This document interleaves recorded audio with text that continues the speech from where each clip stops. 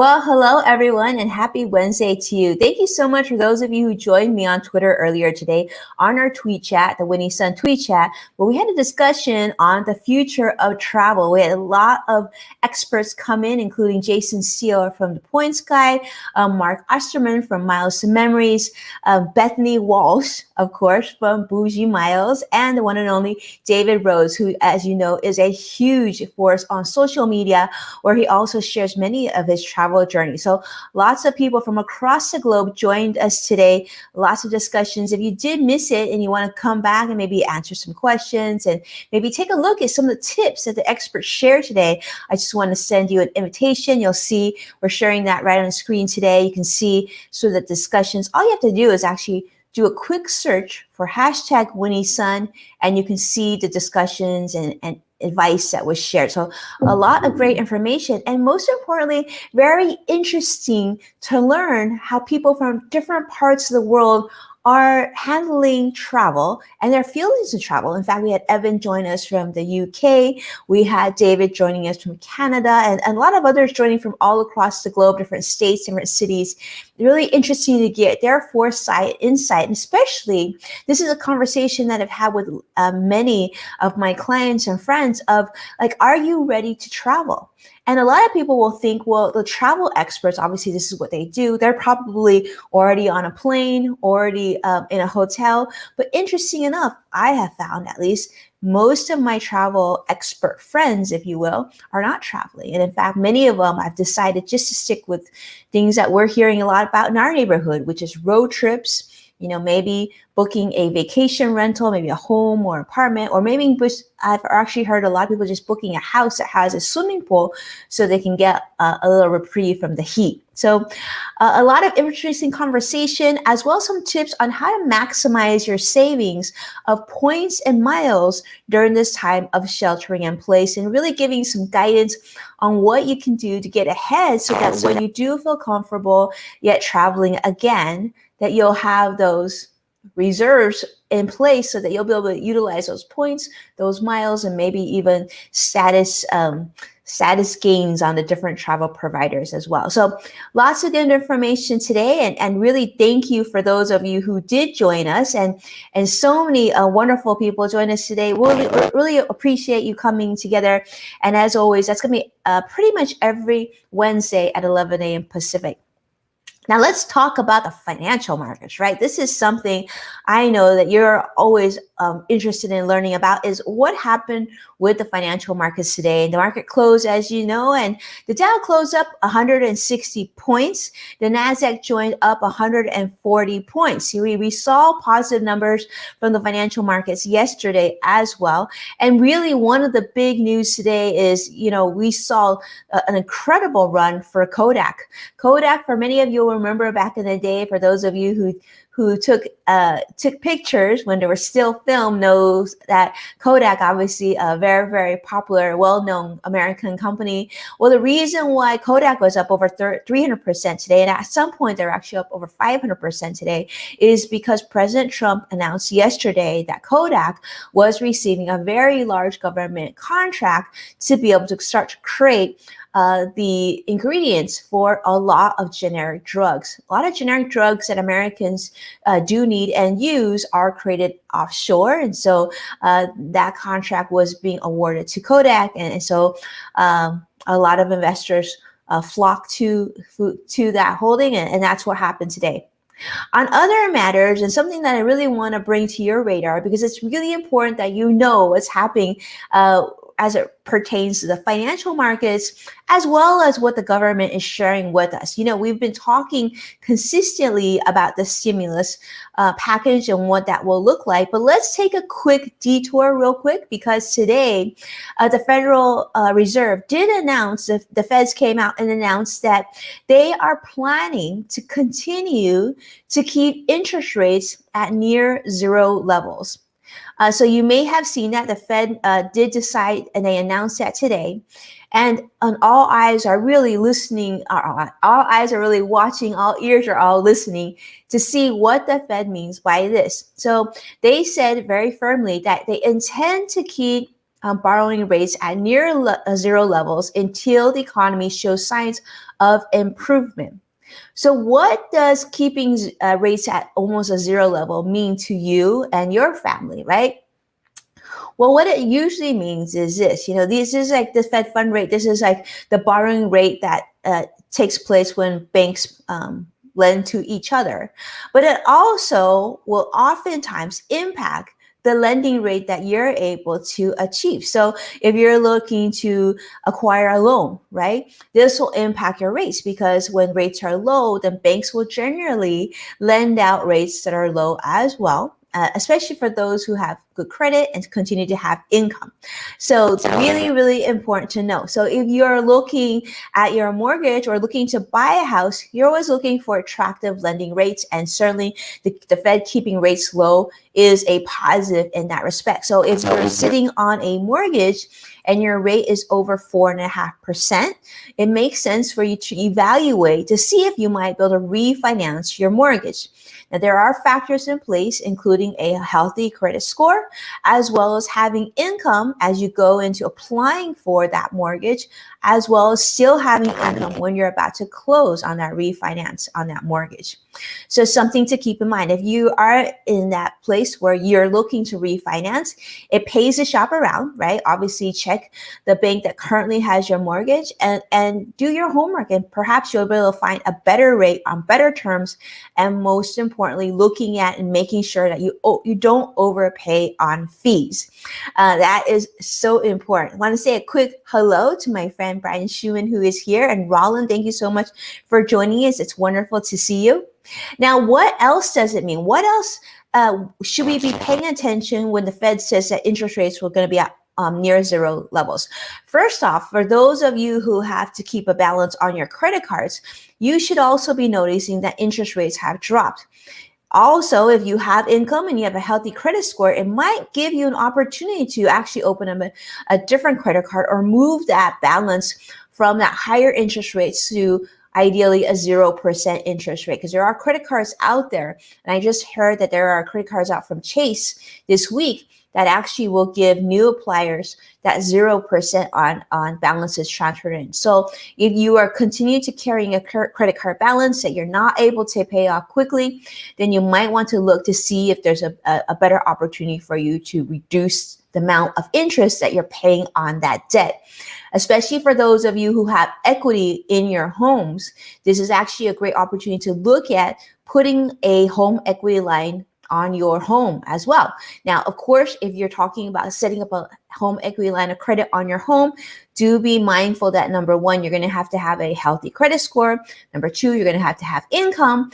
And most importantly, you want to, you definitely, you have income, you have good credit score, and you have to have equity in the home too.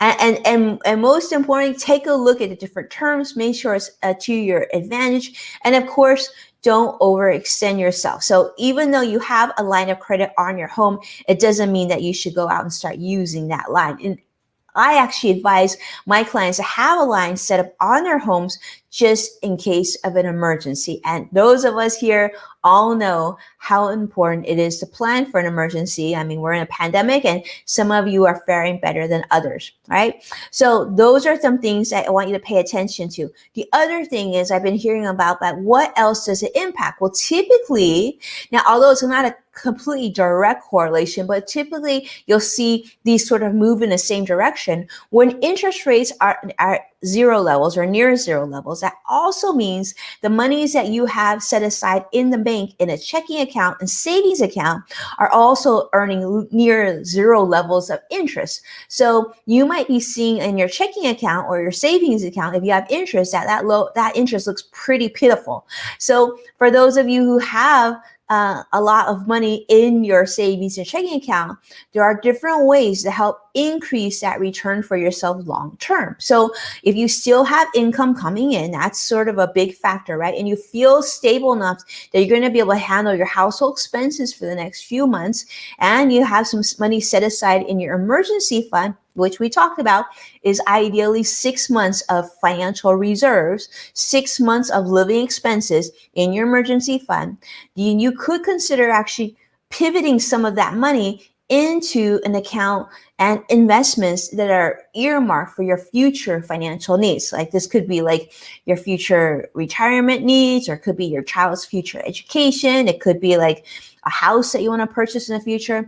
Then you can take a look at other ways to sort of mitigate that interest rate risk, right? Because if you're near 0% on your savings, and we know that historically,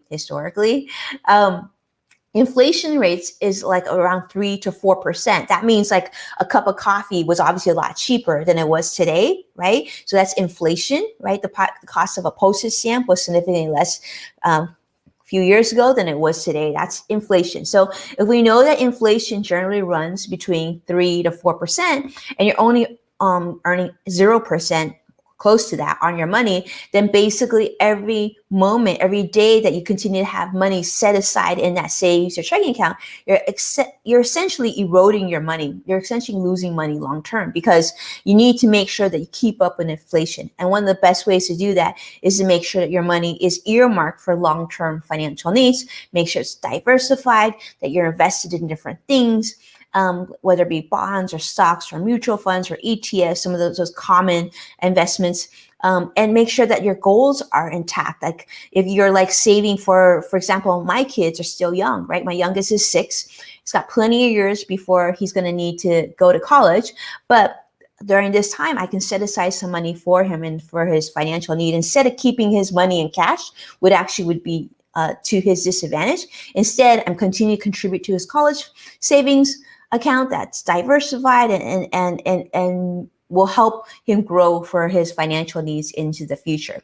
So those are the things you want to think about. Those are the things you want to pay attention to as the government continues to talk about the stimulus fund and packages that are coming out, as well as where interest rates are today. Because it's great that they talk about this, but we want to know, you want to know, I want you to know how it really relates to you, how it really relates to your bottom line. Because regardless of what the government is saying and what where rates are and everything else, how does it actually impact you and your family's living and livelihood?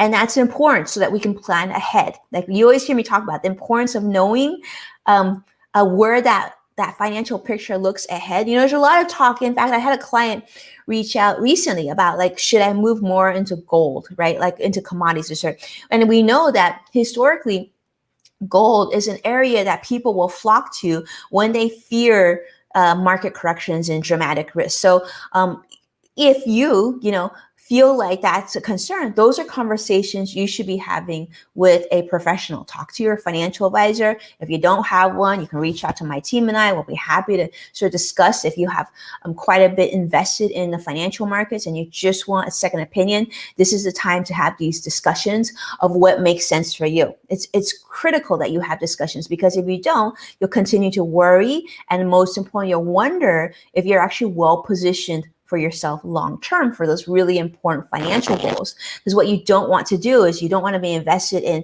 let's say, like for example, today there was a big tech conference, right? I say that kindly as a tech conference, but it was actually a government hearing, right, that pertained to 4 major CEOs: the CEO of Amazon, the CEO of Apple, Facebook, and Google. These people you know very well. They're in news all the time. And a lot of these individuals like Jeff Bezos are household names, Tim Cook and everybody else.